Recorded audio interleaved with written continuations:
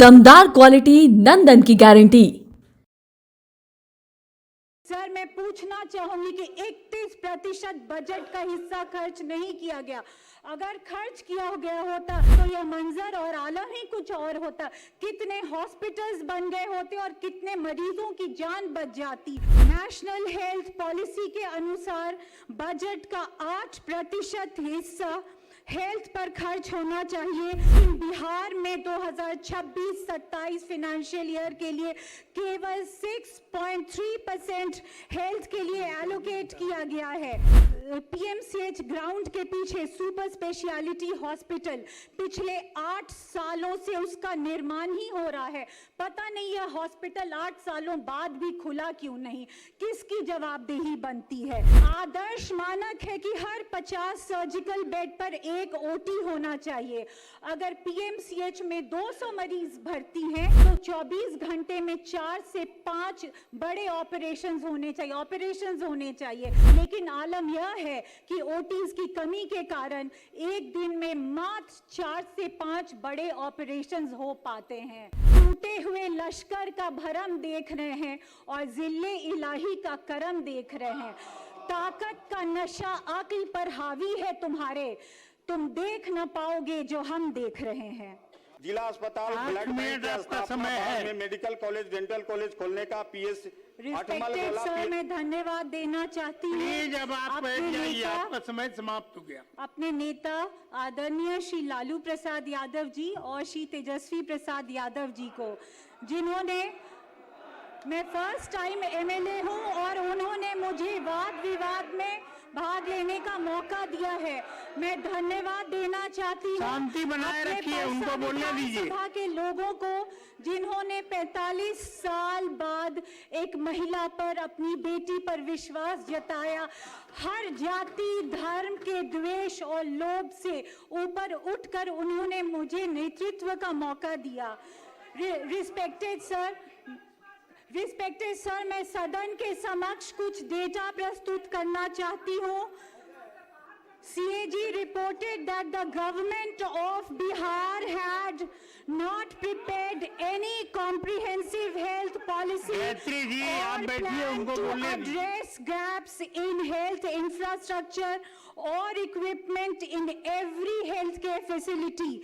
And between the financial years 2016 to 22, 31% of budget provisions for health were left unspent in Bihar. Sir, मैं पूछना चाहूंगी कि 31% budget का हिस्सा खर्च नहीं किया गया। अगर खर्च किया गया होता तो यह मंजर और आलम ही कुछ और होता। कितने हॉस्पिटल्स बन गए होते और कितने मरीजों की जान बच जाती। CAG in 2025 flagged significant financial irregularities in several government departments amounting to over rupees 70,000 crores. National health policy के अनुसार बजट का 8% हिस्सा हेल्थ पर खर्च होना चाहिए। लेकिन बिहार में 2026-27 फाइनेंशियल ईयर के लिए केवल 6.3% हेल्थ के लिए एलोकेट किया गया है। Less than 1% of the state's healthcare expenditure is directed towards health facilities. As a result, 70 to 90% of patients suffering from any kind of mental health condition, they are refused any kind of treatment. Bihar tops the SDG India Index chart with 33.76% of its population multi-dimensionally poor. Bihar remains country's worst performing states in several SDG indices. According to the data of NCRP of ICMR, Bihar is one of the worst cancer affected states in India. Bihar में sir 63.9% women, they suffer from anemia, and children between the ages of 6 to 59 months, उनका percentage है 64.4% बच्चे anaemia से ग्रसित है। और स्वच्छ भारत केवल एक खोखला नारा नजर आता है।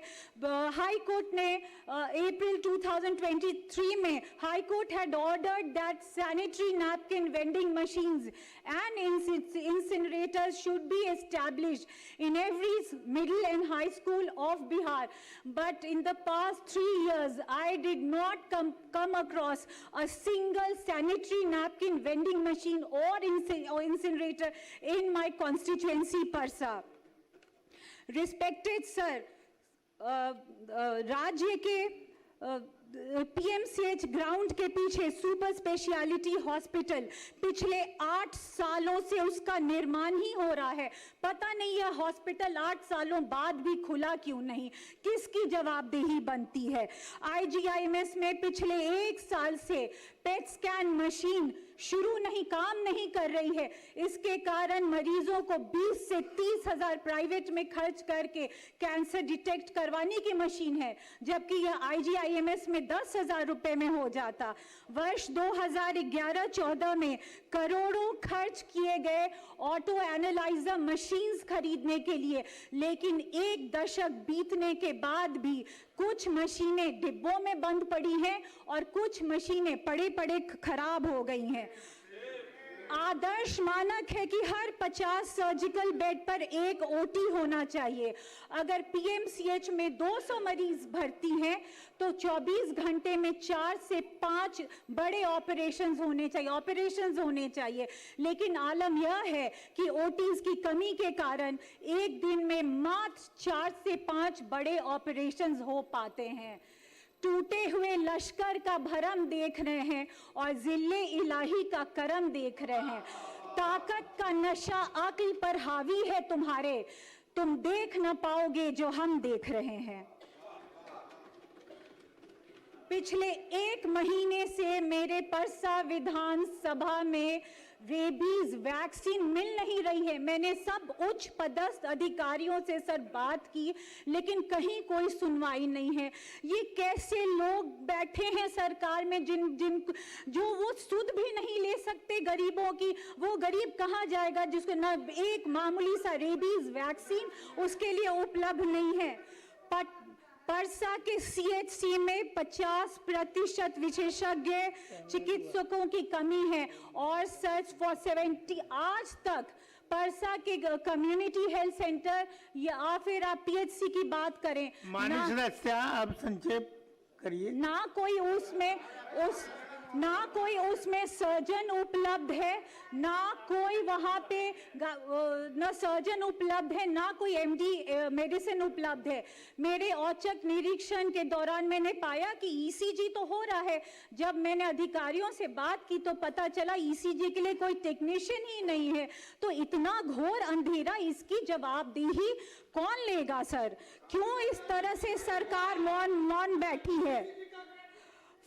4 district hospitals were in Japanese encephalitis endemic areas. 4 district hospitals, they were in Japanese encephalitis endemic areas and did not have diagnostic services facility like tests for Japanese encephalitis and chikungunya. CAG noted how State Health Society and BMSICL failed to serve purpose. CAG के अनुसार 4 test check सब district hospitals में OT नहीं थे sir, जबकि Indian public health standards के अनुसार सब डिस्ट्रिक्ट हॉस्पिटल्स में ओटी होने चाहिए थे। CAG reported that test check district hospitals में 80% ड्रग शॉर्टेज थी। हम एक उम्र से वाकिफ हैं, हम जनाब हमें ना समझाइए कि लुत्फ क्या है और सितम क्या है। तुम्हारे पाँव के नीचे जमीन नहीं, कमाल ये है कि तुम्हें अब भी यकीन नहीं। मैं इस बेपनाह अंधेरे को सुबह कैसे कह दूं? मैं इन नजारों का अंधा तमाश भी नहीं। रिस्पेक्टेड स्पीकर सर, आई डिमांड कि मेरे परसा कॉन्स्टिट्यूएंसी में जल्द से जल्द रेबीज वैक्सीन उपलब्ध कराई जाए और सैनिटरी नैपकिन वेंडिंग मशीन और इंसिनरेटर्स वो उपलब्ध कराए जाएं। तीसरा सबसे इम्पोर्टेंट अब आपका ऑब्जर्वेशन है समय कि समाप्त 300 से हुआ। 400 छात्र या छात्राओं के करिश्मा लिए जी, मेरे परसा अब विधानसभा आपका में समय मात्र समाप्त हुआ। 1 शौचालय है। श्री तो समृद्ध कैसा वर्मा। स्वच्छ भारत और कैसा हम बेटियों का सम्मान कर रहे हैं। धन्यवाद सर।